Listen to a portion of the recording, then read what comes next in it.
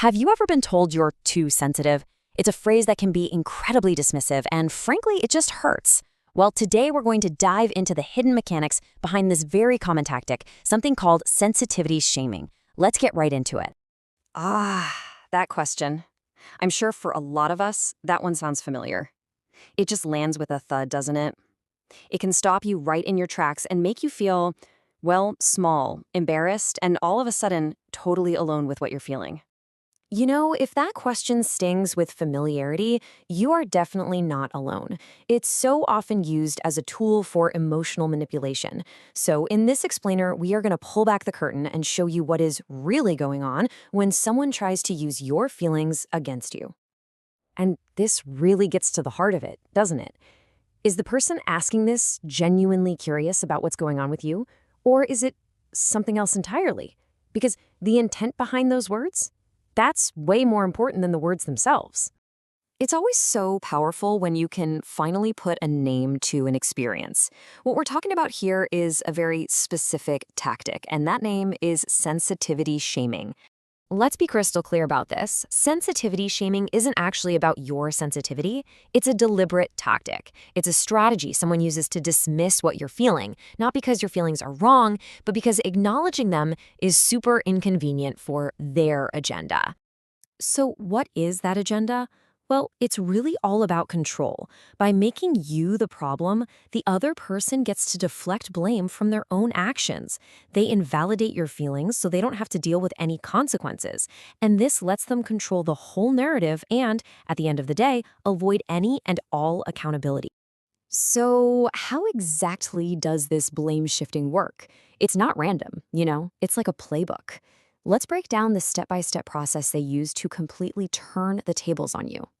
It's a shockingly simple and brutally effective three-step move.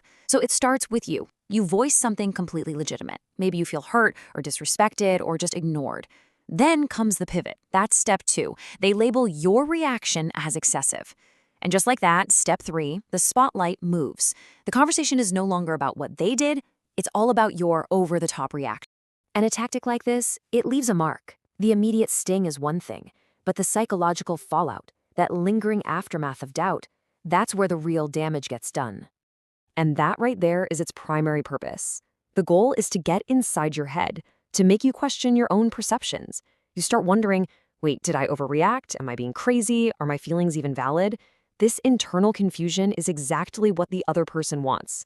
And this table just illustrates that disconnect perfectly. While they are just trying to get out of being held accountable, you start to internalize the blame. While they are trying to maintain control, you start to lose trust in your own emotions. And their goal might be to just shut down one conversation, but the long-term impact, you become hesitant to speak up at all. Okay, so how do you break free from this cycle of confusion? How do you move from that place of self-doubt back to a solid foundation of self-trust? Well, it all starts with a simple, but really powerful shift in your perspective. This is the absolute core of it all. Your feelings are not just random weather patterns. They are signals. They are data. Your emotional reaction is a direct response to someone else's action, or maybe their inaction. It's not a character flaw. It's just cause and effect.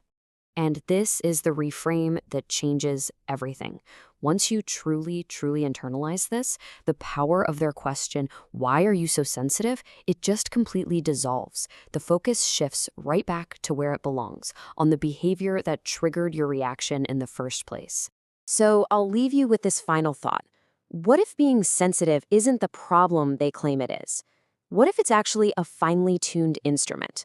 What if it's a superpower that gives you the ability to detect when a situation is unfair, or unhealthy, or just plain wrong? What changes when you start to see it that way?